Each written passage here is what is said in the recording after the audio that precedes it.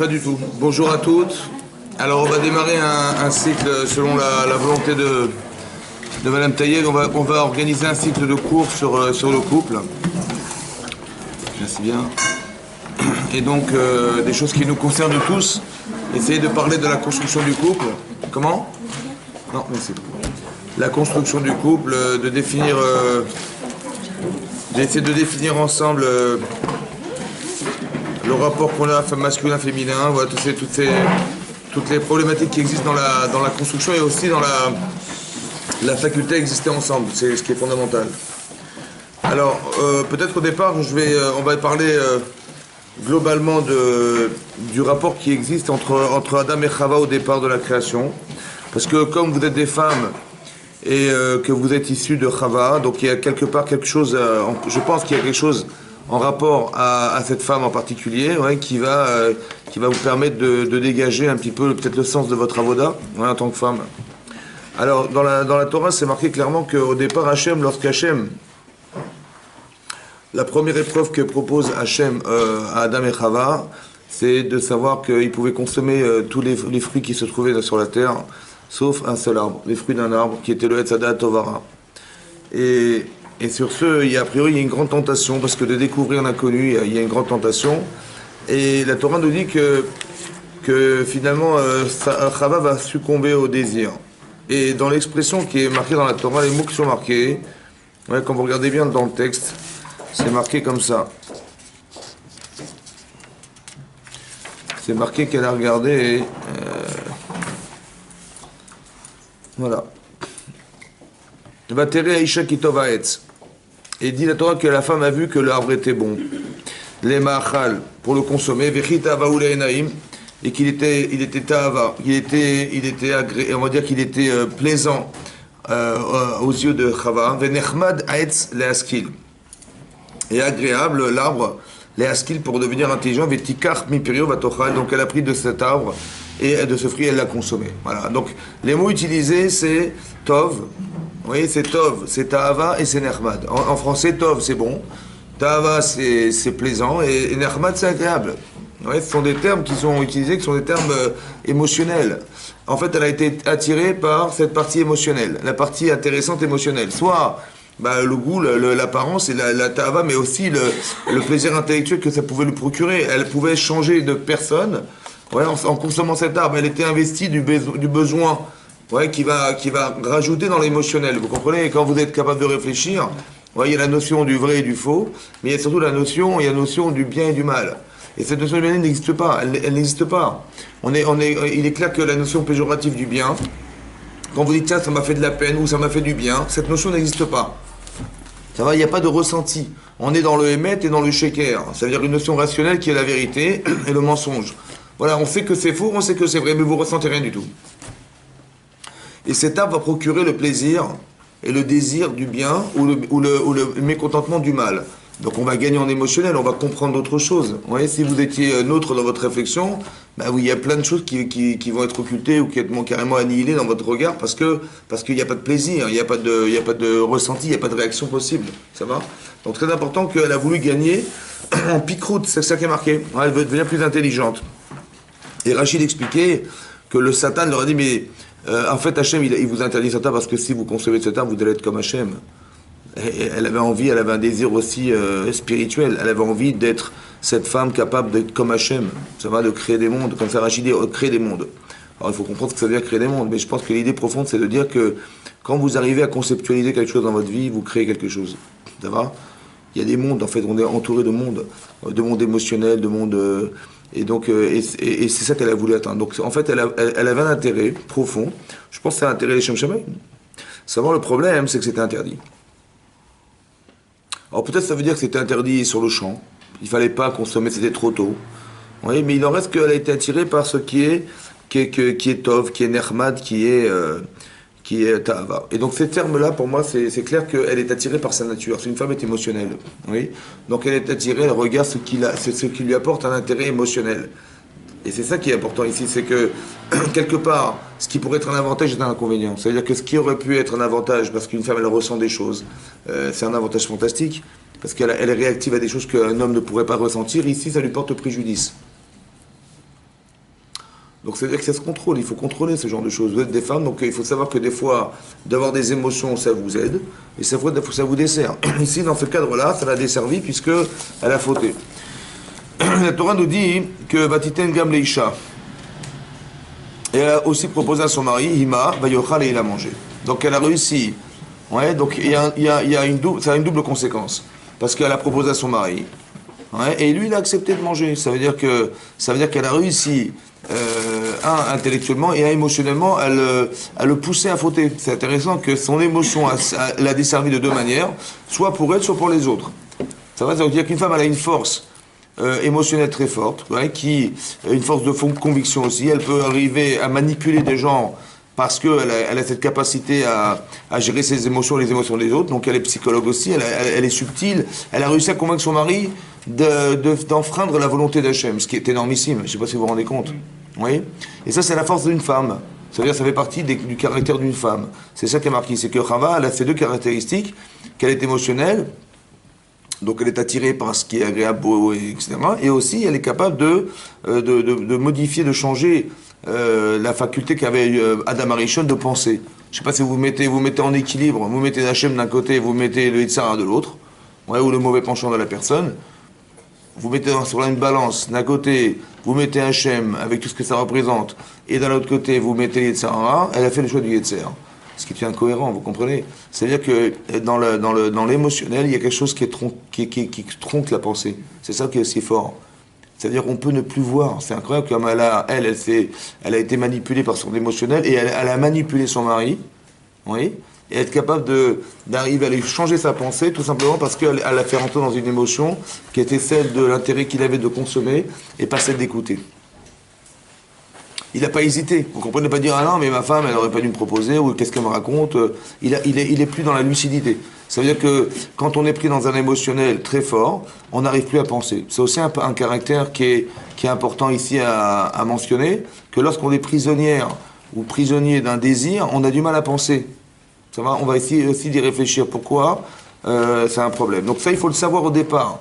Parce que vous êtes des femmes, donc vous portez en vous cette spécificité, et de savoir que ça peut être un avantage fantastique, on va essayer de développer, mais ça peut être un inconvénient aussi, il faut faire attention. Donc, ici c'est marqué qu'elle lui a proposé. Et donc Rachid expliquait ici pourquoi elle a proposé à son mari. Elle n'a pas assumé le fait d'avoir fauté, elle a fauté, elle le sait pertinemment, ouais, mais elle va proposer à son mari. C'est intéressant pourquoi elle propose à son mari. Elle n'assume pas sa faute. Alors, il va dire Gam Leisha. Rachid dit Shelo Tamuti Ve'Yehu. Pour ne pas qu'elle meure et que lui vive, Veïssa Acheret, et qu'il épouse une autre femme. La raison qui va justifier le fait que Chava, elle ait proposé à manger du Hetzadat à son mari, hein, c'est quoi? Parce qu'elle n'a pas supporté l'idée que son mari, il épouserait une autre femme qu'elle, ça lui était insupportable. Donc il a fallu qu'il meure, lui. Ouais, c'est ça qui est marqué là, n'est-ce pas? C'est ça qui est marqué. Shelo Tamuti, ne pas qu'elle meure, elle, Veïchiehu, et lui vive, Veïssa Acheret. D'accord? Que lui vive, c'est bon, c'est pas ça qui l'a stimulé en fait, c'est le fait qu'il y ait pu y avoir une autre femme qu'elle. Et ça, c'était pas possible. Ça va? Donc qu'est-ce que ça révèle chez vous, ça veut dire quoi, ça? Hein? Il y a de l'égoïsme, de la jalousie. Mais l'égoïsme et la jalousie, ouais, ce sont des sentiments émotionnels aussi. C'est-à-dire qu'il ne peut pas y avoir de concurrence, il ne peut pas y avoir autre chose que moi, il ne peut pas y avoir quelqu'un d'autre que moi. Ça va? Et donc, qu'est-ce qu'elle est prête à faire? Passer à l'acte, c'est-à-dire d'assassiner son mari pour ne pas qu'elle souffre. À l'idée que son mari épouserait une autre femme qu'elle. Cette idée-là, elle est très forte chez une femme aussi. C'est très féminin, ça aussi. C'est-à-dire qu'elle ne supportera pas que son mari il puisse vivre avec une autre femme qu'elle parce qu'elle fait partie ça fait partie de son couple. Et donc, comment? En fait, c'est avant d'avoir fauté qu'elle a eu tous ces sentiments-là? Non, après qu'elle ait mangé le Hetzadat, elle a proposé, elle a mangé Vayochal. Et elle a donné Vayochal et son mari aussi l'a consommé du Hetzadat. Alors, la deuxième caractéristique, c'est de voir qu'elle n'assume pas ce qu'elle fait, elle. C'est intéressant aussi. Hein, elle ne s'assume pas dans ses erreurs, elle n'assume pas, ça veut dire qu'elle dit, bah là, moi j'ai fauté, bon bah c'est ma vie, j'ai choisi, mais mon mari, il n'a rien à voir là-dedans. Ouais, bah non, elle va l'embrigader dans un système dans lequel il va aussi disparaître. Avec elle, pourquoi? Parce qu'il peut pas épouser quelqu'un d'autre. Ça va, c'est impossible. Alors c'est intéressant parce que qu'est-ce que dit Hachem pour réparer cette faute? Hachem il dit, Elaïcha Amar, Arba Arbe Etzboner. Arba Arbe Etzboner. Je multiplierai Etzboner ta souffrance. Bon. Ensuite, c'est marqué Ve'eroner, et ta grossesse. Be'etzev tel dibanim, dans la souffrance, tu engendreras des enfants. Ve'elisher tes choukater, et tu Esher, avec ton mari, tes choukater, tu seras amoureuse. Ve'oim sholbar, et lui te dominera. Voilà ce qui est marqué dans le texte. Alors, en quoi c'est réparateur de sa faute? On sait pertinemment, ouais, il faut bien comprendre que quand Hachem envoie, ici c'est un châtiment, on va traduire ça comme un châtiment, une punition, est-ce qu'Hachem punit les gens, à votre avis? Hein? Non. Alors il faut mieux, je vais toujours expliquer dans les cours qu'il faut rendre intelligent Hachem. C'est très important de le rendre intelligent. Ouais. Donc Hachem c'est pas un professeur, Hachem c'est pas, comment dire, il faut arrêter de réfléchir comme on était habitué à réfléchir quand on était petite. Voilà, bah, Dieu des fois il nous punit, il est pas, il est correcteur, voilà c'est ça Hachem. Des fois c'est le bourreau, des fois c'est le professeur, des fois c'est, voilà, c'est comme ça qu'on le voit. D'accord? Non. Ici il y a marqué une chose très importante. Donc il faut comprendre que ce qu'elle subit, ça doit être réparateur. En quoi ça répare son problème? Hein? C'est vrai, c'est émotionnel, ouais, c'est vrai. Bah, elle va souffrir, mais en quoi la souffrance est une solution? C'est une réparation. En quoi ça répare? En quoi, pourquoi elle devoir? En quoi ça remet en cause? En quoi ça l'aide? On va dire comme ça. Nous, on dit en dernier recours, on fait mal. C'est le dernier recours. Il faut parler aux gens, il faut leur expliquer. Bon, si on n'a pas le choix, la personne est têtue, des fois il faut la mettre en prison, des fois il faut faire mal. Mais en quoi la souffrance est réparateur? C'est négligeable pour Hachem. Il est obligé de faire souffrir les gens pour se faire comprendre. Non, elle, de la même manière qu'elle a eu une émotion et qu'elle a fait souffrir quelqu'un d'autre, elle va souffrir pour comprendre ce que c'est. Et en ça, émotion, elle va comprendre que cette émotion-là est bénéfique parce que ça va lui permettre d'avancer, alors que l'autre était destructif.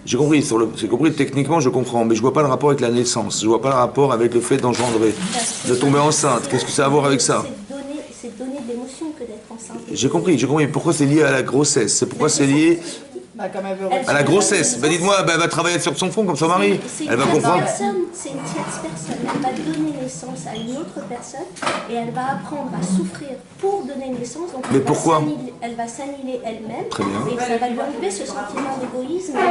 C'est vrai. Elle voulait retirer la vie, donc elle veut... C'est vrai aussi, c'est vrai. Donc il faut le comprendre dans ce sens-là, vous avez raison. Alors, mais il y a marqué trois choses ici. Il y a marqué Arba, Arbe, Etzboner. Multiplie, je multiplierai Etzboner ta souffrance. De quoi il s'agit? Multiplier, c'est quoi il s'agit? C'est des souffrances de l'accouchement. Alors après il y a marqué les Roner, ta grossesse. Une femme elle a du mal à vivre sa grossesse, d'accord? Il y a des chamboulements. Ou Be'etzev tel tu accoucheras dans la douleur. Donc il y a trois choses mentionnées ici. Mais Rashi explique que c'est quoi Arba, Arbe, Etzboner. Rashi explique, il ramène, c'est un midrash, il dit Zetzar Gidul Banim. La souffrance d'éduquer ses enfants. Ça va? Les mettre au monde déjà. Non, avant il y a marqué, c'est marrant, c'est pas dans l'ordre. Il y a marqué d'abord l'éducation de ses enfants. Tsar Gidul Banim, la souffrance d'éduquer ses enfants. Comme c'est qu'il devait y avoir un décalage.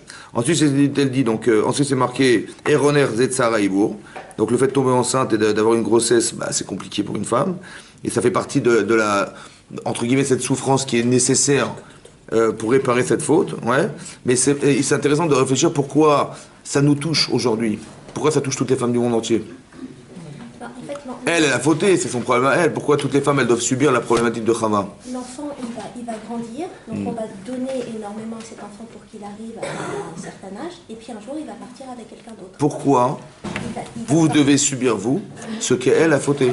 C'est son problème à elle. Hachem, il avait qu'à faire qu'elle souffre, mais toutes les femmes, elles souffriront pas. Pourquoi pour toutes les femmes du monde entier? Parce que toutes les femmes ont les mêmes caractéristiques. Toutes les femmes ont les mêmes caractéristiques émotionnelles. J'ai compris, mais on n'a pas fauté, nous. Je sais pas, moi, si quelqu'un, votre voisin, il faute, vous n'avez pas vous de souffrir à cause de lui, non? C'est pas que dans un sens, leur route aussi, c'est pour nous. C'est pas, mais il faut comprendre pourquoi ça fonctionne comme ça. Il faut comprendre pourquoi on est touché par la problématique d'une femme. Ça va? Une femme en général, une femme, elle a fauté, Chava a fauté au départ. Pourquoi vous êtes touché par ce problème aujourd'hui? Vous êtes couché dans la douleur. Hein? Mais qu'est-ce que vous avez à voir là-dedans, vous? C'est la mère d'origine. Hein? Comment? Alors il faut dire comme ça, il faut dire en vérité que le choix de Chava, c'est pas le choix d'une femme. C'est le choix de toutes les femmes qu'elle contient en elle. D'accord? La femme qui va engendrer l'humanité, c'est qui? C'est elle. Donc le choix de cette femme, c'est le choix de... Vous étiez en Chava, vous avez compris ce que je veux dire? C'est marrant que l'influence qu'elle a pu avoir dans ses choix n'est pas l'influence d'un esprit unique. C'est l'esprit de toutes les femmes qu'elle contient en elle, de l'humanité entière. Donc le choix de Chava, c'est le choix des femmes. Ouais. Et vous faites partie d'elle. Donc tout ce que vous vivez, toutes les émotions que vous avez, tout ce que vous devez réparer en tant que femme, c'est pour ça que le cours est important. Parce que le problématique de Chava, c'est une problématique qui est globalisée chez toutes les femmes. C'est pas concentré sur une femme, vous comprenez? Donc ici c'est marqué Tsar Gidou Banim. On va essayer de réfléchir pourquoi il faut souffrir dans la difficulté d'éduquer ses enfants. Bon. Ensuite c'est marqué Eroner, donc on a dit la grossesse, et ensuite c'est marqué, comment vous dire, c'est marqué elle accouchera dans la douleur. Oui? Alors on va essayer de réfléchir. Elle, qu'est-ce qu'elle a fait elle s'est dit, voilà, moi j'ai fauté, ok. Mais je supporterai pas que mon mari ait épouse une autre femme que moi, parce que le monde doit continuer à vivre sans moi. Alors on va être obligé de constituer une femme chez Adam pour refaire le monde. Voilà, le monde va continuer à vivre, n'est-ce pas? Donc il faut bien qu'il y ait une femme. Et ben, cette femme, elle va être recréée chez Adam, et elle supportera jamais l'idée que son mari ait une autre femme qu'elle, c'est pas possible. Ça va? Donc elle va tuer son mari pour ne pas que ça puisse se faire. On est d'accord? C'est-à-dire, il vaut mieux qu'on crée un autre homme et que j'ai pas de problème de conscience, que mon mari, comme c'est qu'après sa mort, elle aurait une conscience que son mari est avec une autre femme, et ça elle supportera pas. C'est bon? Donc il faut qu'il meure pour pas que quoi? Qu'il soit avec une autre femme. Pour ne pas qu'elle souffre. Ah ouais, pas souffrir. D'accord? Parce que c'est une souffrance de supporter l'idée que son mari ait une autre femme qu'elle. Donc il va mourir pour pas qu'elle le souffre. Mourir pour ne pas qu'elle souffre. Alors la réparation, c'est est-ce que tu es d'accord de souffrir pour que vive? Vous comprenez? Pourquoi c'est lié aux enfants, c'est lié à la naissance, c'est lié à la grossesse? Parce que tu sais que ça va être difficile. Tu sais que, la grossesse est compliquée, l'accouchement encore pire, et après c'est un guidou banim, c'est d'éduquer ses enfants, c'est pas simple. Est-ce que tu es d'accord d'annihiler ton égoïsme de femme pour arriver à engendrer ce qui doit vivre? Et d'accepter de souffrir pour? À la différence que tu n'as pas accepté de souffrir. Tu as préféré qu'il meure pour ne pas souffrir. Vous avez compris ça? C'est-à-dire qu'on voit qu'il y a un comportement existentiel qui fait que la souffrance a un sens. Ça va? Ça veut dire que c'est la mesure entre ce que je vais accepter pour que vive, à la différence que je n'ai pas accepté de souffrir pour que vive. Je n'ai pas accepté de souffrir pour que vive. Ça va? Quand elle tue son mari, c'est qu'elle n'a pas accepté que lui vive et qu'elle en souffre. Donc il fallait que pour que ça s'arrête, il fallait qu'il meure pour ne pas qu'elle souffre. Vous comprenez? Est-ce que tu es d'accord de faire vivre au détriment de ta souffrance? Parce que tu dis, ben voilà, tu auras des enfants, etc. Ça te coûte quoi? Ça ne me coûte rien. Mais j'ai pas solutionné mon égoïsme. Vous avez compris? Je n'ai pas solutionné ce caractère foncier qui est de dire que moi je ne dois pas souffrir, madame elle ne doit pas souffrir. Non. Vous avez compris? Ça veut dire que rien ne te coûte. Non, il faut que tu acceptes. Est-ce que tu es d'accord d'accepter, toi, de faire un sacrifice de femme pour que tu donnes vie au détriment de ton intérêt personnel? Très intéressant de comprendre ce principe. Ça veut dire que, maintenant, comment ça se fait que ça s'engendre, ça se vérifie chez la naissance de ses enfants, ouais, et aussi dans le Tsar Gidou Banim. Il y aura un problème chez l'enfant, c'est marrant, hein. Depuis le départ, tu auras du mal à éduquer tes enfants. Ça fait partie d'une problématique principale de femme. C'est marrant, pourquoi il y a un problème d'éducation? Pourquoi il va y avoir un problème au départ d'essayer de corriger ce qui est faux au départ? C'est marrant. Comme si qu'on engendrait quoi? Pourquoi le travail n'est pas psychologiquement personnalisé? On a dit, t'as un problème, eh ben fais tchouva. Non, il faut que ça se travaille, il faut que ça se fasse à travers nos enfants. Pourquoi? Le mari souffre des fois de banni. Comment? Oui, j'entends, mais ça veut dire qu'il va y avoir un problème. Un problème que j'engendre, en fait. J'engendre quelque chose qui est problématique. C'est marrant. Je suis une femme, j'engendre quelque chose qui est problématique, et cette problématique, je dois la solutionner. Mais en la solutionnant, qu'est-ce que je solutionne? Et pourquoi mon problème, il va être engendré par mes enfants? C'est incroyable. De moi, je dois ça va être ma réparation, c'est ce qui va arriver après moi. J'ai compris, mais qu'est-ce que vous engendrez? Vous engendrez quoi finalement? Vous engendrez ce que vous êtes. C'est intéressant. Hein. Maintenant, est-ce que quand on n'est pas capable de le faire sur soi-même, on va le faire sur intermédiaire? Mais en travaillant sur l'autre, on va travailler sur soi. Mais pour moi, ça veut dire deux choses. Un, ça veut dire que peut-être honnêtement, on a du mal à se voir. On a du mal à s'accepter fauteur. On a du mal à se regarder parce qu'on veut toujours se défendre. Mais quand c'est l'autre, qu'est-ce que j'ai à défendre? Au contraire, j'ai de l'empathie, ce sont mes enfants, j'ai un attachement profond, etc. Donc, en fait, Hachem, il a organisé ça comme ça, de façon à ce que objectivement, ouais, on veuille corriger l'autre par amour pour l'autre et de l'amener à être meilleur. Mais en le rendant meilleur, on se rend meilleur. Est-ce que vous comprenez ce principe? Quand vous vous occupez des autres, en fait, vous allez vous rendre compte que vos enfants vous ressemblent. Et ce que vous allez solutionner chez les autres, ou vous l'avez solutionné chez vous, ou vous allez le solutionner par les autres. Ou vous dites, bah, j'ai des enfants qui se débrouillent, ça va, bah, chacun vit sa vie. Hein. Ou bien vous allez accepter les problématiques qui sont chez l'autre, en fait qui sont quelque part sous-jacentes de ce que vous êtes, et en corrigeant ce que vous allez voir, vous allez automatiquement être obligé de le corriger chez vous. Ou bien vous allez le corriger automatiquement chez vous. Ça va? Soit la problématique que vous voyez, bah, pour ne pas vous contredire, bah, vous êtes obligé de la gober chez vous. Parce que vos enfants, ils vont la retrouver chez vous, ils vont dire, bah, t'es comme moi, alors qu'est-ce que tu me reproches? Donc je suis obligé de faire un travail personnel sur moi-même pour ne pas être en contradiction avec mes enfants. Ça c'est clair, ouais. Donc le travail d'éducation, c'est pas, vous n'éduquez pas les autres, mais vous éduquez en fait vous-même au départ. On devient par nos enfants. Il faut comprendre que le principe de travail que vous faites sur vos enfants, ouais. Par exemple, vous avez quand vous tournez célibataire, on fait un peu tout et n'importe quoi de sa vie, ça va. Bon, c'est pas grave, si on ne se lève pas le matin, c'est pas grave, si on fait pas, on va pas là-dessus, c'est pas grave, si on n'est pas de sa noix, c'est pas grave, de toute façon, on se fiche des gens, ça va.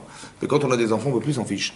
Parce qu'on engendre ce qu'on est, donc ça veut dire qu'on a envie que nos enfants réussissent, on a envie qu'ils réussissent leur vie, que ce soit des gens qui aient une bonne réputation, qu'on est représenté par nos enfants, donc on a envie que ce soit des gens bien, etc., etc. Vous avez compris? En fait, on est cadenassé par le fait qu'on a un devoir d'éducation. Donc maintenant, on ne peut plus mentir, on ne peut plus se mentir, on ne peut plus faire croire, on peut plus... parce que si vous faites croire, si vous n'êtes pas raisonnable, si vous n'êtes pas convaincu et convaincante, ben vos enfants diront, l'enfant il adore les contradictions, donc il va se cacher derrière la contradiction qui est la vôtre. Il va dire, mais attends, tu me dis ça, mais toi tu t'es d'abord fait le tour et après on discute. Ça va? Donc ça nous oblige, vous avez compris ce que je veux dire? C'est-à-dire que par obligation, on a des enfants, vous voyez, par obligation, on arrive à changer un défaut personnel. C'est-à-dire qu'Hachem, il a créé un système qui s'appelle le couple, qui est un filtre de devoir de réparation de soi. C'est quand on a un mari en face de soi et on a des enfants, on est dans le devoir d'être meilleur. C'est-à-dire qu'on devient des tzadikim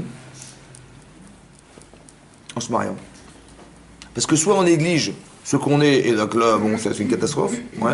Mais comme on est passionné, et comme on a la vertu d'être une femme correcte et entière avec ses enfants par amour pour eux, ben on est obligé de faire un travail personnel sur soi et sur les autres pour faire que les choses se fassent bien, n'est-ce pas? Que ça soit bien. Ben, c'est-à-dire qu'on va faire un travail on est comme si on était obligé, parce qu'on était femme de foyer, d'arriver à faire un travail sur soi pour arriver à ce que le monde soit meilleur. Et c'est comme ça qu'on corrige la faute de Chava quelque part. Vous avez compris? Que ça passe par un tsar Gidoul Banim, mais le tsar, la souffrance, c'est celle que je vois qui me dérange. Parce que là, je ne me rendais pas compte qu'elle dérangeait. Mais là, je me rends compte qu'elle me dérange. Parce que mes enfants, ils sont comme moi. Vous comprenez ce que je veux dire? Et là, tout à coup, ça me dérange. Comme on a dit, quelqu'un qui fait du lachon hara, ouais, il fait de la médisance. Bah, qu'est-ce qu'il fait? Bah, il met des taches sur les gens. Parce que quand vous parlez des autres, et quand on entend des autres quelque chose, on les voit avec l'image qu'on leur a mis, n'est-ce pas? Tu dis, tiens, cette fille-là, elle est comme ça. Ah ouais, d'accord, fais attention à elle. On a mis des taches sur les gens. Et donc, on évite de les voir parce qu'on évite de les fréquenter parce qu'on sait qu'ils sont dangereux. C'est vrai? Et à part ça, on les a marginalisés. Quand on fait du lachon hara, eh ben, on les a mis de côté. Alors, Torah dit, bah, c'est simple, on va te mettre de côté, on va te mettre des taches sur toi. Parce que manifestement, tu ne souffres pas d'avoir des taches. Et tu ne souffres pas de la solitude. Alors, tu vas te sentir seul. Et tu vas te cacher d'avoir des tâches pour mieux assimiler. En fait, vous comprenez, c'est pas une punition. On n'a pas dit, tiens, bah, t'es pas gentil, on va te mettre des tâches sur toi. T'es pas gentil, on va te mettre dehors. Non. C'est que comme tu ne souffres pas de rendre seul les autres, pourquoi tu ne souffres pas? Parce que tu n'as jamais été seul. Alors quand tu vas te sentir seul un jour, cette souffrance, tu vas mieux comprendre ce que tu engendres. Vous avez compris? C'est-à-dire comme si que le rapport psychologique qui existe dans le fait d'être seul me permet d'avoir le ressort de venir, je le ferai pas. Parce que je sais ce que veut dire être seul, je sais ce que veut dire la solitude, je sais ce que c'est d'isoler les autres. Parce que j'étais isolé, j'ai souffert de ça. Donc c'est-à-dire que la conscience n'est pas assez forte pour me retenir de ne pas faire du lachon hara. Oui. Je parle du principe pas du principe de rapport à l'autre et du respect des autres. Je parle simplement du principe technique du lachon hara. C'est-à-dire que je sais ce que je fais et je sais ce que j'occasionne. Ben, manifestement, j'en souffre pas, puisque ça ne me dérange pas de me détacher sur les gens, et ça ne me dérange pas d'isoler les autres. Alors qu'est-ce que dit la Torah? Vayeshev badat rous lamachane. Tu vas te retrouver seul en dehors du camp. Tout seul, voilà, t'es comme ça tout seul. Ben, c'est ce que tu as engendré chez les gens. Vous avez compris? Maintenant, comme je suis en souffrance d'être seul, je peux comprendre la souffrance que j'ai occasionnée en disant du lachon hara. Je la comprends dorénavant. Ça va? Je sais ce que veut dire. Donc cette souffrance, elle m'a construite. Vous comprenez ce que je veux dire? C'est le fait d'avoir été mis de côté, le fait d'avoir eu des tâches que j'ai cachées parce que je voulais pas qu'on les voie. Mais c'est ce que j'ai fait. Mais t'as pas été dérangé de mettre des tâches. T'as pas dérangé de mettre des tâches sur les gens. Ça t'a pas dérangé que lui soit gêné de ce qu'on entendra de lui. Ça te dérange pas? Vous avez compris ce que je veux dire? Ça t'a pas dérangé. T'as pas d'émotion là-dedans. Ça te touche pas? Donc Hachem, il fait en sorte qu'il y ait un travail qui est de profondeur. Vous avez compris? Il y a un travail qui est de profondeur. Vous avez compris? Ne le comprenez pas dans ce que vous vivez, comprenez-le de ce que vous devenez, parce que vous vivez. Ça va? Dis, ah bah Dieu, je n'est pas content de moi, il m'a mis dehors, il m'a mis d'état sur moi, il m'a banni, voilà, je suis maudit, je suis banni. Non, c'est pas ça que ça voulait dire. Ça voulait dire que, est-ce que tu as vu ce que tu es devenu? Bah, c'est ça qu'on voulait que tu ressentes. Regarde ce que tu deviens parce que tu vis. Tu deviens cette personne. Ah, mais pourquoi tu deviens cette personne? Alors réfléchis. Regarde les sentiments. Essaie d'exploiter les sentiments que tu as et tu vas mieux les comprendre. Et je pense qu'au départ, ce que la Torah voulait dire ici, c'est que ce que Hachem propose à Chava, c'est forcément réparateur de son problème foncier. Vous comprenez? C'est comme si que cet égoïsme-là, cette façon émotionnelle de penser que tout lui revient, c'est un problème fondamental. Ouais, et ça, c'est quelque chose il faut absolument abolir pour qu'il y ait changement. Comme si que l'essentiel, c'est l'existence de l'autre. Alors ça va se passer en couple, ça va se passer avec vos enfants, c'est comme ça que ça va se passer, comme si qu'on avait de sens que ce qu'on pouvait apporter aux autres et pas forcément ce qu'on allait nous tirer de l'exploitation de la relation. Parce qu'elle est dans l'exploitation de son mari, vous comprenez, c'est ça qui est grave, dans cette perspective-là. Parce que tant qu'elle gagne, mais si elle perd, elle ne peut pas perdre. Donc elle va éliminer ce qui lui fait souffrance. Cette gymnastique-là, elle est fausse. C'est ça la faute, en fait. Vous voyez? Qu'il faut bien comprendre que ce qui est répertorié dans la Torah comme la faute, c'est pas, bien sûr qu'elle a engendré, parce qu'elle a engendré la mort de son mari, c'est très grave, bien sûr. Mais ce qu'il faut comprendre, c'est qu'est-ce qui l'a poussé à agir de la sorte. Qu'est-ce qui a poussé la femme à agir de la sorte? C'est ça qu'il faut comprendre. La faute, elle est répertoriée ici, là-dedans. Après que la conséquence, c'est qu'il y a eu meurtre, il y a eu etc., ou qu'elle l'a poussé à fauter, ça c'est autre chose. Mais qu'est-ce qui est la source de cette problématique qui a engendré que... C'est là que la faute, elle se positionne. Ça va? Voilà, ben la jalousie, tout ça c'est des choses qu'il faut déterminer au départ, qui sont la source de la problématique de la femme, au départ. C'est ça c'est ça qu'on retrouve chez Chava, oui. Ce que je voulais vous poser comme question, c'est qu'il faut quand même une certaine maturité pour intégrer le fait que j'ai souffert. Je ne veux pas que les autres souffrent, parce que pour certaines personnes, c'est presque une normalité. Si j'ai souffert, c'est normal que je fasse souffrir. C'est ça qu'on explique, c'est pas vrai. C'est ça que j'explique, c'est pas vrai. Hachem, il dit pas, t'as fait ça. Nous, on est pris le principe de Mida Keneged Mida. Il y a un principe de mesure pour mesure. On croit que bon, t'as fait ça, on va te faire ça. Voilà, t'as fait ça, comme si quand on était des enfants, eh ben, t'as fait ça, bah tiens, elle va au piqué. T'as fait ça, mais c'est pas ça. C'est ça que j'explique. Mais c'est ça, rendez intelligent. Rendre intelligent, ça veut dire, qu'est-ce que vous avez gagné? Quel enseignement? La Torah, c'est un limoud. C'est un enseignement. Qu'est-ce qu'est l'enseignement? L'enseignement, c'est quoi? Tu fais, on te fait? C'est ça? Tu as fait des bêtises, on te tape dessus? Non, c'est ça que je veux dire. La maturité, c'est de comprendre. Rendez intelligent les choses, ça veut dire de faire que... Qu'est-ce que j'ai gagné d'avoir souffert? Voilà. Ouais, je suis une femme, j'ai accouché dans la douleur, mais c'est pas normal. Et quand les cheveux me poussent, ça me fait pas mal à la tête. Quand j'ai les genoux qui poussent, ça me fait pas mal aux doigts. Et pourquoi il fallait souffrir pour engendrer ces bizarroïdes? C'est pas normal, vous comprenez? Donc il y a un enseignement à en tirer. Et plus vous allez réfléchir, et plus vous allez devenir des femmes cohérentes, parce que vous comprenez, à la limite, on dépasse la souffrance.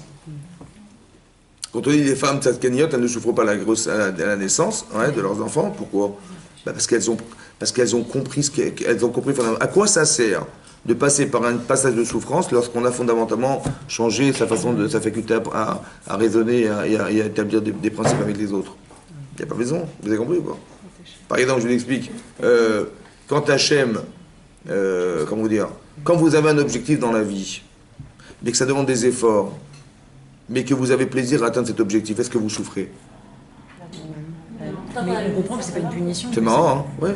C'est marrant qu'on ne souffre pas dès l'instant où on a un objectif atteint et qu'on veut l'atteindre absolument. Le fait d'atteindre cet objectif demande des sacrifices personnels, demande du travail, demande des machins. On n'est pas dans la souffrance du présent, mais dans l'objectif du futur. C'est vrai? Donc est-ce qu'on souffre? Non. Donc quand est-ce qu'on souffre alors? Ben, quand on n'a pas d'objectif, quand on n'a pas de plaisir. Vous avez compris ce que je veux dire? Hein? Ou on l'atteint pas, voilà. Mais alors c'est de la déception, c'est vrai. Mais encore faut-il comprendre que je me suis donné les moyens d'atteindre quelque chose, je ne l'ai pas atteint, mais j'ai atteint quelque chose. C'est pas grave. C'est relatif à ce que j'ai essayé d'atteindre. Peut-être j'ai mis la barre trop haute. Mais le fait de ne pas avoir d'objectif dans sa vie, de pas avoir de plaisir à atteindre quelque chose, ça crée de la souffrance, évidemment. Vous comprenez ce que je veux dire? La souffrance n'est que la résultante de ce que je n'ai pas projeté devant. Ouais? Ou bien, j'ai envie d'atteindre des buts. Quelqu'un qui fait du sport, quelqu'un qui fait des études, il sait que c'est pas facile, mais c'est pas grave, parce qu'il sait ce qu'il va atteindre, et le plaisir que va lui procurer le résultat est beaucoup plus fort que la souffrance que ça engendre au départ. Vous avez compris ce que je veux dire? C'est ça que ça veut dire. Donc quelqu'un qui sait que quel bonheur elle a d'engendrer, d'être mère, c'est beaucoup plus fort que tout. Donc il y a pas lui dire non, non, non, moi je fais carrière, écoute, il me faut un enfant et c'est tout, basta. Et d'autres vont dire non, non, je suis femme et il faut que je rentre dans la perspective d'avoir des enfants et ça lui procure un tel plaisir, un tel bonheur qu'elle n'est pas dans la souffrance d'engendrer, elle est dans le plaisir d'engendrer. Vous avez compris? Tout est dans la tête, en fait. Vous avez compris? Quand je pense à moi, je suis en souffrance de savoir que j'occasionne quelque chose qui me fait mal. Et quand je sais que le bonheur que ça me procure d'être cette femme, ben, la souffrance qui doit passer par là, elle ne me touche pas. Vous avez compris ce que je veux dire? C'est très intéressant de... Voilà. Donc au départ, voilà, j'ai mis un peu le cadre pour que vous compreniez l'objectif à atteindre. Ouais? Que dans l'homme comme dans la femme, il y a une forme d'enfermement égoïste dans la relation à l'autre, qui fait qu'on a du mal à se donner parce qu'on est dans l'intérêt de la relation et pas forcément dans l'intérêt de l'autre. Très important au départ. Vous avez vu là ici, Chava l'assume pas, son mari aussi va manger du Tzadaat. Donc soit Adam il va occulter le fait qu'Hachem lui a interdit, donc il a carrément renié ce qu'Hachem lui avait dit, et elle va renier l'existence de son mari. Vous avez compris, mais à chaque fois on est enfermé dans l'intérêt de soi. Toujours. Soit par rapport à Hachem, soit par rapport à sa femme ou à son mari. Ouais. J'ai une petite question, juste par rapport à tout ça, au tout début. Oui. Éventuellement, je ne sais pas. Oui. Est-ce qu'il n'aurait pas été. Est-ce que c'est pas possible qu'Hachem leur a montré ce qui peut se passer et qu'ils aient pris la décision? Qu'est-ce qui peut se passer? La vie aujourd'hui, le libre arbitre, de prendre la décision de manger ce fruit ou pas. D'accord. Une sorte de fruit de la vie, de la vérité. D'accord. Savoir ce qui va se passer par la suite. D'accord. Qu'ils aient pris cette décision. D'accord. De prendre ce choix-là au lieu de rester dans le Hémet. Bah, c'est pas possible qu'Hachem lui dit et si tu manges tu meurs. Je vois pas comment on peut envisager. Quand je vous dis voilà ils étaient dans le Gan Eden, mais en fait ils devaient rentrer dans le Eden. Parce que le Gan c'est le préambule au Eden. Ouais, la véritable vie elle se passe dans le Eden. Alors quand je vous dis vous avez le Eden à côté, vous avez la mort de l'autre, je sais pas quelle chose vous pouvez faire. Et la Torah. Ouais. La Torah elle a été faite avant. Et donc? Je sais pas, mais il y a une histoire. J'ai compris. Alors quoi? Alors je sais pas. Après, la Torah ne fait que décrire le choix de l'homme. Comme par exemple, Hachem, il sait ce que vous allez devenir. Ça va? Il le sait. Mais c'est pas parce qu'il le sait que ça vous enlève le choix de choisir votre vie. Ça va? Hachem, il a juste la connaissance de ce que vous allez faire. Mais ça vous enlève en rien le fait de choisir. Hachem, ce qui est marqué dans la Torah, c'est le choix qu'ont fait l'humanité dans le monde dans lequel on vit. Voilà, l'humanité entière. Voilà, si vous êtes là sur la terre, c'est que vous venez réparer un choix que vous avez fait qui est original de Chava un jour. Vous êtes un atome de Chava, on va dire. Ça va? Mais dans cet atome, il faut qu'il vive un jour au Gan Eden, ok, dans l'Eden. Alors vous êtes venu sur terre pour réparer cette problématique que vous avez fait comme choix. C'est ça qui est marqué là. C'est tout ce qui est écrit dans la Torah. Ouais, c'est ce que, en fait, d'un côté, ça paraît d'une logique implacable parce que ça n'existe pas du 100%. Vous comprenez, on n'a jamais toujours raison, on n'a jamais toujours réussi. Donc il y a forcément des écueils, des écarts ou des écueils dans nos choix. Et ça fait partie des écueils dans le choix de l'homme. Oui. On n'est pas construit au départ pour être parfait. La perfection est à atteindre. Donc il y aura forcément une erreur. Vous avez compris ce que je veux dire? Oui, mais Ava et Adam. Mais c'est pareil, encore une fois. Chava, c'est la concentration de toutes les femmes. Adam, c'est la concentration de tous les hommes. Donc l'humanité est contenue dans un seul homme. Donc le choix de l'humanité, c'était le choix d'Adam. Vous avez compris? Votre tendance à vous portez la tendance que vous portez et que vous allez engendrer, c'est celle que vous êtes. Donc ce qui a la Torah est décrit, c'est simplement le choix de l'être humain. D'accord? Maintenant, pour revenir au sujet du couple, voilà. Donc ça, c'était, en gros, c'était pour afficher le décor. Donc il y a deux êtres. À part ça, hein, la Torah nous dit ici que quand Hachem a créé l'homme, au départ, ouais, Vaïvra Elohim et Adam, il a créé un homme. Betselem Elohim Baraoto, il a créé son image. L'image, ça veut dire qu'il a une capacité à penser. Ouais, c'est ça que dit Rachid, David ou Laskid, c'est-à-dire que si vous réfléchissez et vous analysez ce qui se passe autour de vous, c'est que vous êtes à l'image d'Hachem. Hachem pense. Les animaux ne réfléchissent pas, mais vous êtes à l'image d'Hachem, donc vous êtes des penseurs. Ça, c'est les Tselem Elohim. Betselem Elohim Baraoto, Zachar Onekeva Baraotam, ils écrivent mâle et femelle. Et là-bas, hein, il y a a priori une contradiction dans le texte, parce que Vaïvra Elohim et Adam, Hachem a créé l'homme, donc il a créé un homme seul. Betselem Elohim Baroto, Zachar Onekeva, mâle et femelle, il a créé un être masculin féminin ou il a créé un homme seul? Ça crée les deux. Alors, Rachid donne deux explications. Ouais. Une du Midrash et une du Pshat. Le Pshat, c'est quoi? C'est que la Torah nous dit simplement que quand il a créé un être masculin et féminin, c'est ce qu'il va créer plus tard. Il a créé un homme, et de l'homme, il a créé la femme. Ça va dans ce que la Torah il décrira plus tard, que quand on dit mâle et femme, il l'a créé, c'est simplement pour expliquer qu'il a créé la femme de l'homme. Ça, c'est le Pshat, le sens littéral du texte. Mais le Midrash, en fait, c'est une Gemara dans Hérouvine qui dit qu'en vérité, au départ, il avait créé un être masculin et féminin. Ça va? Un être masculin collé. C'est-à-dire qu'il y avait un homme et une femme dos à dos. Et que le tsela de l'homme, on dit la côte de l'homme, c'est le côté de l'homme. D'après cette explication, c'est qu'il a détaché le côté féminin de l'homme. Et dans la Gemara, c'est plus subtil parce que c'est marqué que, d'après une opinion dans le chasse, que Allah Bemarshava, au début, Hachem, Allah Bemarshava, il avait pensé créer le monde, il avait pensé créer l'être masculin-féminin. Allah Bemarshava, il était monté à l'esprit de créer un être masculin-féminin. Et en fin de compte, il a créé un homme, et de l'homme, il a créé la femme. Voilà ce qui est marqué. Alors, qu'est-ce que veut dire Allah Bemarshava? Il a pensé créer. C'est intéressant de réfléchir. Dans le texte, c'est marqué, il est marqué Zacharoneka bara otam. Dans le texte, c'est marqué qu'il les a créés. Et dans la Gemara, c'est la dette qu'il a pensé. On a du mal à comprendre. Ouais, à part d'expliquer que la pensée d'Hachem c'est une création, mais ça n'a pas l'air d'être ça parce que Vayomer, Elohim, à chaque fois, Sarah Mahamarod Nivraolam, dans le Pekavot, c'est marqué que le monde a été créé par 10 paroles. Donc il y a eu un dibour, il y a eu une parole, l'expression de la pensée. Et là, on est dans la pensée. Allah Bemarshava, c'est ce qu'il avait pensé faire. Mais dans ce qu'il avait pensé faire, en quoi ça nous intéresse? Vous avez compris ça? C'est quoi la Aliyah Bemarshava? On retrouve ce même principe ici dans la paracha de Bereshit. Un des Rashi qui dit ici que Bereshit bara Elokim et Hashem et Betaretz. Au commencement, Hashem, Elokim, c'est un Dieu de rigueur qui crée le ciel et la terre. Et Rashi pose la question et il dit, c'est le Midrash, ouais, Velo Amar bara Hashem. C'est pas le Dieu de miséricorde qui crée le monde. C'est le Dieu de rigueur. Bereshit bara Elokim et Hashem et Betaretz. C'est le Dieu de rigueur qui crée le ciel et la terre. Et il demande Rashi, mais pourquoi c'est pas le Dieu de miséricorde? Alors il dit, Bitrila ala bemarshava. La même expression. On retrouve la même expression dans Rashi, qu'au départ, Hachem, il avait pensé créer le monde. Ouais. Livroto bibidatadin. Au début, Hachem, il avait pensé créer le monde, midatadin, avec la qualité de la rigueur. Vers H et Anarola mitkayem. Et dit Rashi qu'il a vu que le monde ne pouvait pas subsister à la rigueur. Il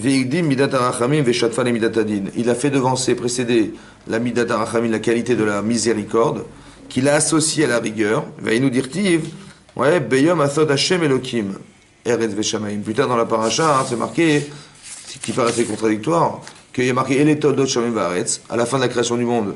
Voici les dérivés du sénateur, Bei Baream, lorsqu'il les a créés, Beyom Asod Hashem Elokim, Eretz Veshamaim.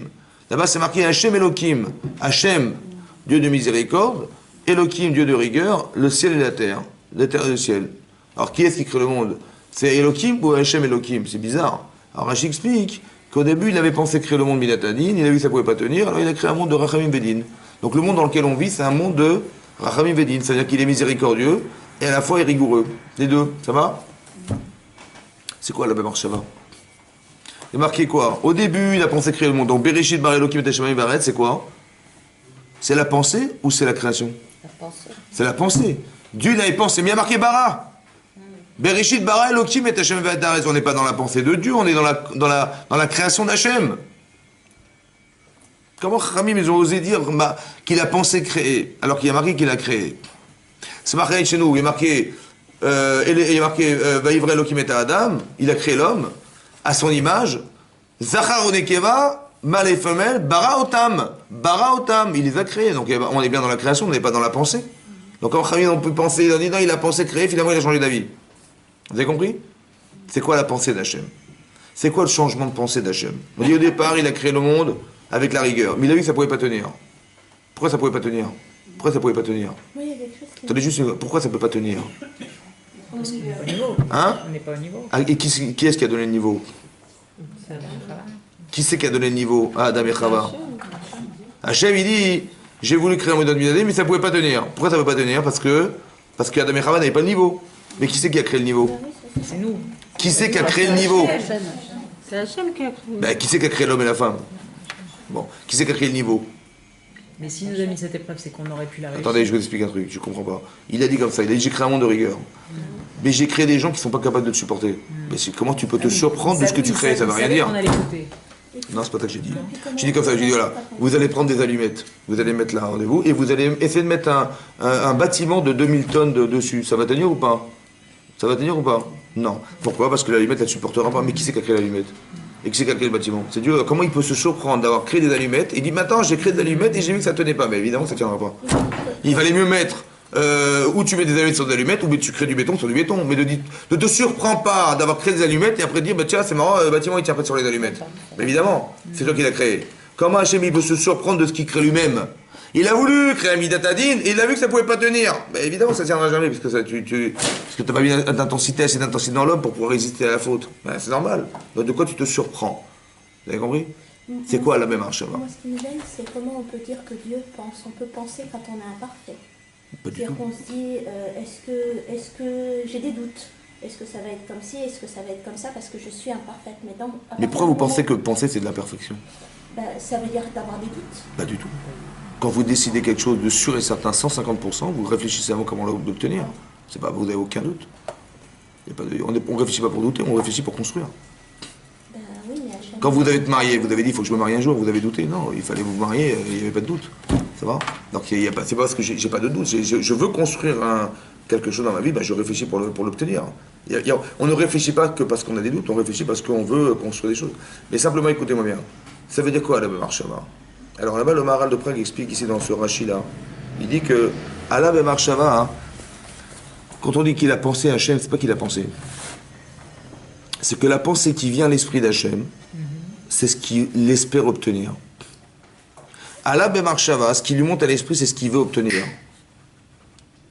Maintenant, il sait qu'il a créé quelqu'un de faible. Il sait qu'il a créé un être masculin-féminin qui n'est pas assez fort. Mais j'espère qu'on va atteindre quelque chose qui est du domaine de l'adulte.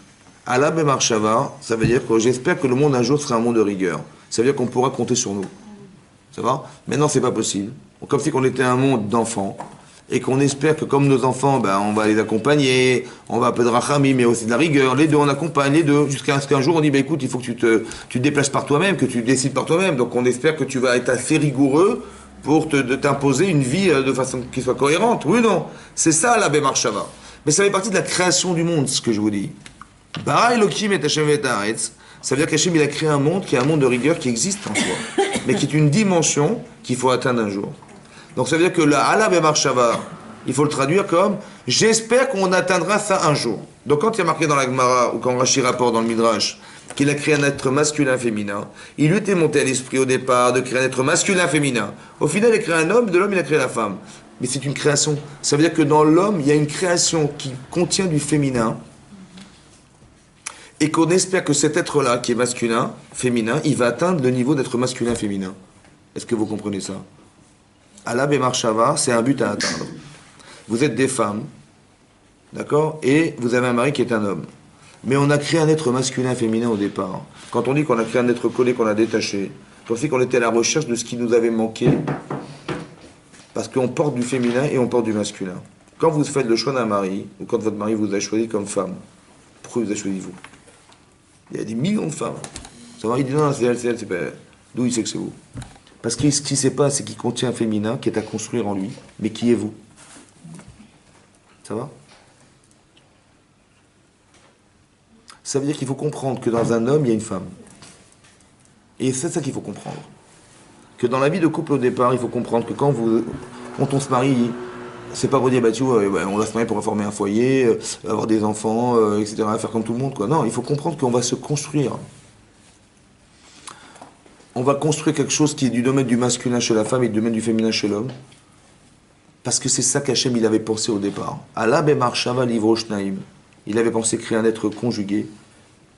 Et finalement, il a créé un être masculin c'est-à-dire qu'on a pensé au départ qu'il y avait une création chez l'homme, Zacharon et Keva. C'est le niveau qu'on doit atteindre. Exactement. Alors, qu'est-ce que ça veut dire maintenant? Alors, pour le comprendre, il faut comprendre aussi autre chose. Qu'est-ce que j'ai à gagner d'être féminin en tant que masculin? Et qu'est-ce que j'ai à gagner d'être féminin, masculin, lorsque je suis féminine? Hein? Comprendre. Mais qu'est-ce que je gagne? Hein? Ouais. C'est vrai.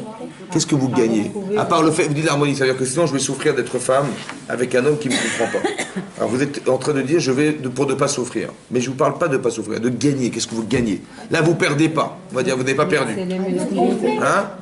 C'est quoi alors c'est quoi le complément? Qu'est-ce que vous apporte le fait d'être masculin? En tant que femme. Hein? On comprend l'autre. Mais c'est quoi? Je ne comprends pas. Qu'est-ce que vous avez gagné? Où est-ce qu'il est le manque? Ça va? Et qu'est-ce que votre mari va vous apporter? Et moi, je suis un homme, qu'est-ce que ma femme va m'apporter de plus que ce que je suis moi-même? Vous parlez de manque. Mais qu'est-ce que j'ai à gagner? Essayez de comprendre ce que vous gagnez. Quand vous dites, tiens, j'ai pas d'argent, je vais travailler, je vais gagner de l'argent. Tiens, j'ai pas d'enfants, je vais gagner d'avoir des enfants. J'ai gagné. Mais qu'est-ce que j'ai gagné d'avoir un mari? Qu'est-ce que j'ai... Hein? Je redeviens à la base ce que Hachem... Qu'est-ce que j'ai gagné, concrètement? Vous avez gagné de l'argent, vous avez gagné... J'avais soif, j'ai bu de l'eau, j'ai gagné, j'ai plus soif, j'ai gagné. Qu'est-ce que vous avez gagné d'avoir un mari? Qu'est-ce que vous avez gagné? Elle a dit l'équilibre. C'est construire. Gagner quoi? Gagner. C'est d'avoir ma partie masculine. Gagner. Attends, on ne s'est pas compris. Je ne vous demande pas de faire des théories. Ça va? On n'est pas dans la théorie. Qu'est-ce que vous gagnez? Est-ce que c'est un inconvénient ou c'est un avantage? C'est un avantage. Quel avantage? Laquelle? On a gagné de comprendre l'autre. De revenir comme à l'origine, qu'on a été créé. C'est des théories, encore une fois, c'est de la théorie. Vous faites des théories. Je ne veux pas de théorie. Qu'est-ce que vous gagnez? Par exemple, j'ai pas été à l'école, je ne sais pas lire. Ben, je vais à l'école, je vais gagner de savoir lire. Ça va? Je gagne, c'est concret, c'est pas dire, ouais, comme à l'origine, on ne savait pas lire, on sait lire. Non, concrètement, je ne sais pas lire, je suis dans le métro, je ne sais pas dans quelle station je me trouve. Donc j'ai gagné quelque chose ou pas? Très bien. Je ne sais pas compter. Ben, j'ai gagné que je vais faire mes cours, je sais compter, je sais on va prendre la monnaie, je sais qu'on va pas rouler. J'ai gagné ou pas? Qu'est-ce que j'ai gagné d'avoir un homme à la maison? Construire un couple. Mais qu'est-ce que j'ai gagné, encore une fois? Vous avez gagné? Hein? Gagné. Qu'est-ce que vous avez gagné quoi? Mais vous vivez, célibataire, vous vivez pas? Laquelle vie, à quoi? Vous avez gagné. Quel plus vous avez eu plus? Hein? Théorie, c'est de la théorie, encore une fois. Qu'est-ce que vous... Quand vous savez pas lire, il vous manque quelque chose ou pas?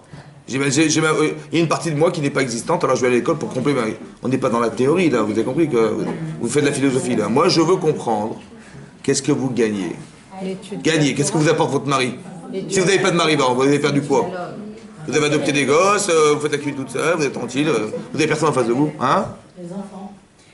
Gagnez personne. Mais vous avez adopté des gosses, adopté des enfants. L'étude de la Torah. Hein? En quoi vous existez de plus? Hein? Qu'est-ce que vous avez gagné? C'est ça que voilà, si vous ne savez pas l'expliquer, vous avez un problème. Ah oui, parce que vous savez même pas ce que vous gagnez. Quotidien avec un être masculin. Mais on voit que c'est dur, le partage, il est dur. Bah ouais, mais... Alors vous avez gagné ou vous avez perdu? Bah, on a gagné. Mais quoi, vous avez... Attendez, je vois combien de couples ils se déchirent. Et on galère. Qu'est-ce que vous avez gagné? Il faut comprendre ce que vous gagnez. Hein? D'accord, donc je sens quelqu'un qui m'aime, ok. À part ça, qu'est-ce que vous gagnez? On l'a dit comme ça, De me voir en lui. Hein? Voir en lui de... Qu'est-ce que vous voyez en lui?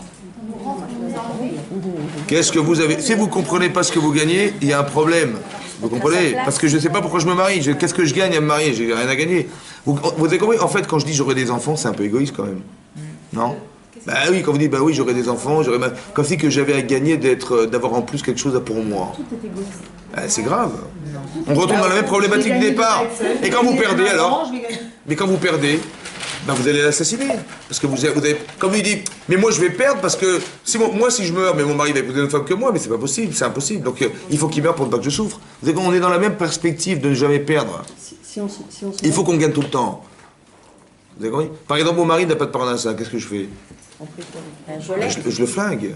Parce que attendez, bah non, mais je me suis pas marié pour ne pas rien avoir. Bah oui, parce que je me suis pas marié pour ne rien avoir à me vêtir ou ne pas avoir de. Et lâcher la honte dans la rue et je porte les vêtements depuis 3 ans, c'est pas normal, et à cause de mon mari. Vous avez compris? Qu'est-ce qu'on a gagné? On a perdu ou on a gagné? Est-ce que mon mari c'est la banque? Mon mari, c'est quoi? C'est la banque, BNP. Je sais pas, peut-être. Je me suis marié parce que moi toute seule, bah, je gagne pas bien ma vie, mais à deux, ça serait mieux. Je sais pas, est-ce qu'on se marie par intérêt? Vous avez compris? Quand je parle d'intérêt, il faut comprendre qu'est-ce que je gagne, mais pas dans l'intérêt de... C'est-à-dire En se mariant, on donne de l'amour à quelqu'un qu'on n'aurait pas pu donner si on était seul, par exemple. Très bien, donc je partage quelque chose qui m'amène à grandir, à développer l'amour potentiel que j'ai. On va dire comme ça, écoutez-moi bien. Il y a des choses qui dorment en vous, oui ou non? Il y a des choses qui dorment en vous. Par exemple, une femme célibataire, elle n'a pas d'enfants. Alors vous dites, oui, tu auras des enfants, des machins, mais elle ne comprend pas ce que vous lui dites. Parce qu'elle ne sait pas ce que veut dire en avoir. Donc il y a quelque chose qu'on a gagné en émotion, en réalité, on a gagné quelque chose qui dormait en soi, c'est d'être femme. Il y a quelqu'un, une femme, elle est célibataire. On va dire, une femme, elle est adolescente. Après, elle devient une jeune femme. Après, elle devient une femme. Après, elle devient une mère. Après, elle devient une belle-mère. Après, elle devient une grand-mère. Mais c'est des phases de sa vie ou pas? Est-ce que votre grand-mère, elle est comme votre maman? Est-ce qu'il y a vous voyez des changements? Mais cette femme, elle a changé, évidemment. Elle a gagné d'être cette femme.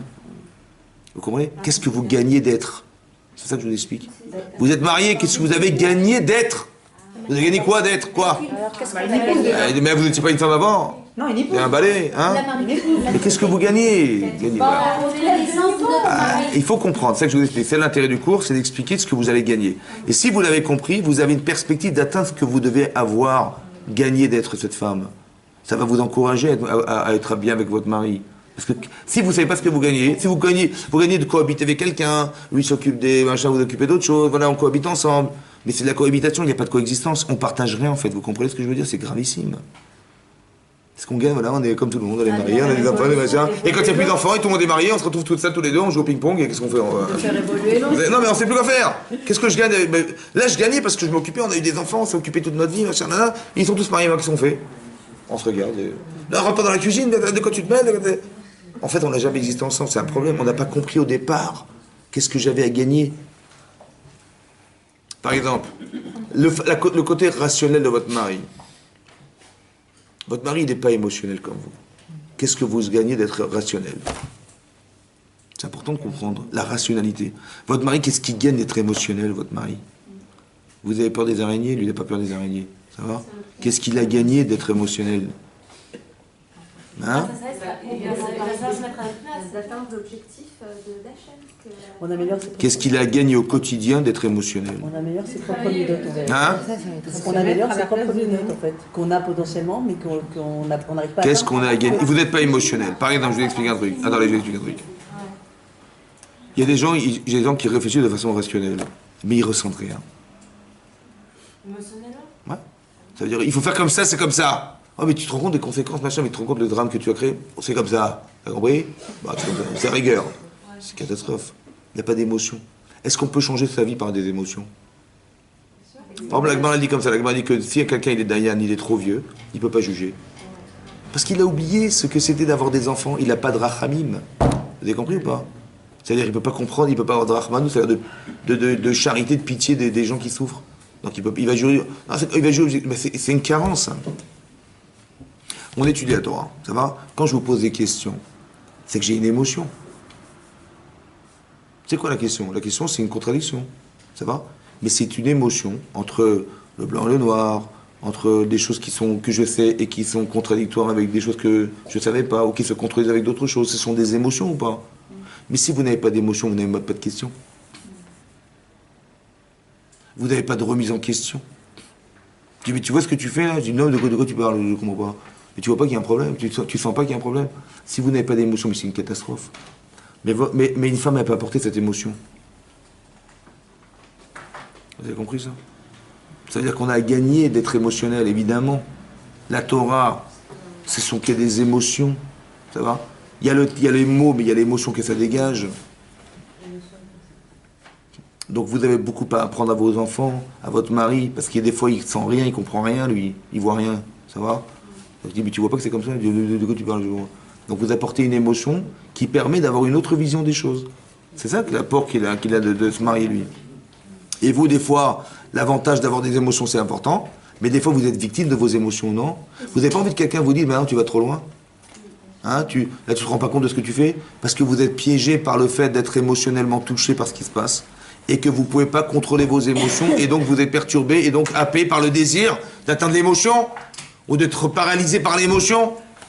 Il n'y a pas quelqu'un de côté qui vous dit, attends, reste rationnel, qui vous permet d'être plus rationnel, qui vous permet d'avoir ce recul, d'avoir cette projection sur vous-même en disant, bah, attends, t'es pas... Quel âge tu as? Vous avez compris ça? Ça veut dire qu'on a gagné la... Et plus je comprends ce que j'ai à gagner d'être, et plus c'est ça qu'on appelle construire. Vous comprenez ou pas? Pas dire, voilà, je suis entière, je suis vide, je suis moitié, je suis à moitié. Non, c'est de comprendre qu'est-ce que vous avez gagné d'être. Il y a un plus dans votre être maintenant. Ce qu'on a dit à Adam, ici, Hachem il a dit à Adam, Kishamarta l'école ishtecha, parce que tu as écouté la voix de ta femme, et que tu as mangé du fruit que je t'ai interdit de manger, alors la terre sera maudite, et tu mangeras la sueur de ton front. Ça va? Pourquoi elle a été maudite la terre? Bah parce qu'il a mangé du fruit de la connaissance du bien et du mal qu'on lui avait interdit de consommer. Oui, non? Qu'est-ce que ça va avec sa femme? Il t'a écouté la voix de ta femme! Ouais, et tu as mangé du Hetzadat Tovara que je t'avais dit de pas manger. Alors intéressant. Qui c'est avec sa femme? Sa femme elle lui a proposé, ok, il a accepté, ben, il a assumé. La faute elle est d'avoir consommé ou d'avoir écouté la voix de sa femme? Les deux.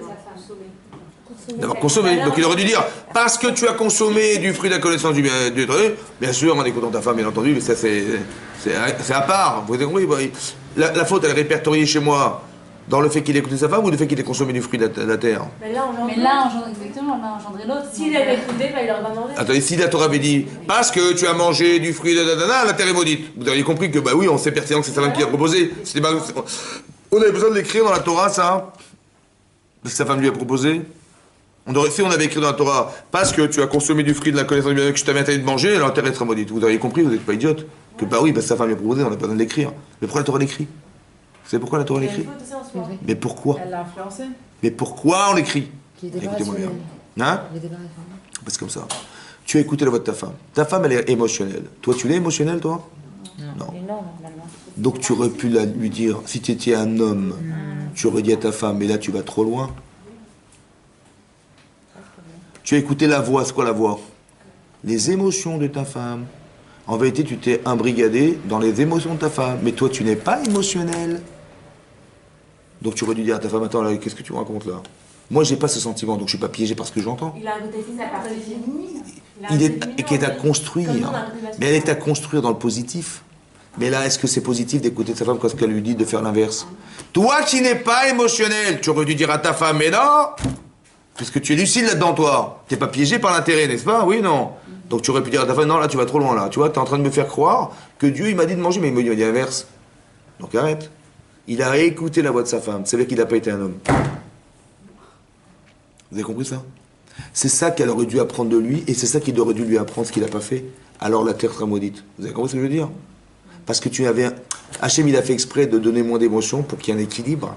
Et elle plus d'émotions pour qu'il y ait un équilibre. Parce que des fois, tu ne sais rien, donc elle va t'équilibrer en donnant des émotions. Mais des fois, c'est l'inverse qui va se passer. C'est ça aider son mari, c'est ça aider sa femme. Vous comprenez ou pas? Quand sa femme elle lui a proposé le Hetzadat, il avait envie de manger ou pas, lui? Non. Il avait envie ou pas? Ben, il a accepté, il avait envie ou pas? Quand elle lui a dit, tiens, mange, regarde, on va devenir comme des dieux, machin, comme Dieu, on va seulement. Il est intéressé ou pas? Un petit peu. Donc quand elle a dit, tiens, elle lui a proposé, elle l'a convaincu. Elle a dit, ah, moi j'ai une femme superbe, elle est gentille, tu vois. Elle l'a servi ou elle l'a desservi? Elle a desservi. Final desservi. Lui, il croyait qu'elle avait aidé sa femme. C'était une aide ou c'était contre lui ou c'était avec lui? Au départ, il a cru que c'était avec lui ou contre lui? Avec lui. Et en vérité? Contre lui. Vous avez compris ce que je veux dire? Il faut que tu comprennes en quoi ça t'aide, pas en quoi ça te dessert. C'est-à-dire que tu vas hériter de quelque chose de très fort, des émotions que tu n'as pas. Encore faut-il le contrôler. Donc tu veux dire que tu peux avoir les deux, c'est très intéressant. Que en vérité, une femme telle qu'elle est, elle ne peut pas contrôler ses émotions. Un homme tel qu'il est, il n'a pas d'émotions. Mais les deux ensemble, on peut arriver à un équilibre, c'est-à-dire que je peux ressentir des choses en pouvant contrôler est-ce que ça vaut le coup ou ça vaut pas le coup. Ou l'inverse. Vous avez compris? La rationalité dans les émotions. C'est très important, c'est ça que ça nous apporte d'être mariés. Parce qu'une femme en soi, elle peut tomber dans le piège de Chava, célibataire. Et un homme en soi, il peut tomber dans le piège de Adam, célibataire. Vous avez compris ce que je veux dire? Se marier, c'est d'arriver à faire que je sais ce que j'ai gagné en émotionnel grâce à ma femme, et je sais ce que j'ai gagné en rationalité grâce à ma femme. Ce principe, il est fondamental au départ. Il faut savoir ce que vous gagnez pour pouvoir dire, ben oui, mais si je me sépare de mon mari, je me sépare de quelque chose. Quand je me sépare de ma femme, je me sépare de quelque chose. En fait, je me sépare de moi, en fait. Parce que je porte du masculin et il porte du féminin. Donc quand je me compte avec ma femme, je lui dis, écoute, c'est fini, ça va? Je me rends pas compte, je crois que je me sépare d'un corps, mais je me sépare de moi. Parce que cette partie féminine, c'est moi. Vous avez compris ce que je veux dire? Donc quand je me sépare d'elle, je me sépare de quelque chose qui doit me construire un jour, que je dois devenir cette femme aussi un jour. Pour qu'on arrive à se comprendre, pour qu'on arrive à ressentir des choses. Donc l'idéal, c'est de rationaliser les émotions. Pour une femme, c'est d'arriver... Ben après, on en a des cours à faire, vous inquiétez pas, c'est pas fini. Mais vous avez compris, c'est ça, voilà. Voilà, et il est bon 20, je peux pas rester plus longtemps. Vous avez compris, ça va? C'était le premier cours, intro, ça va? Allez, Khazak, merci beaucoup. À la semaine prochaine.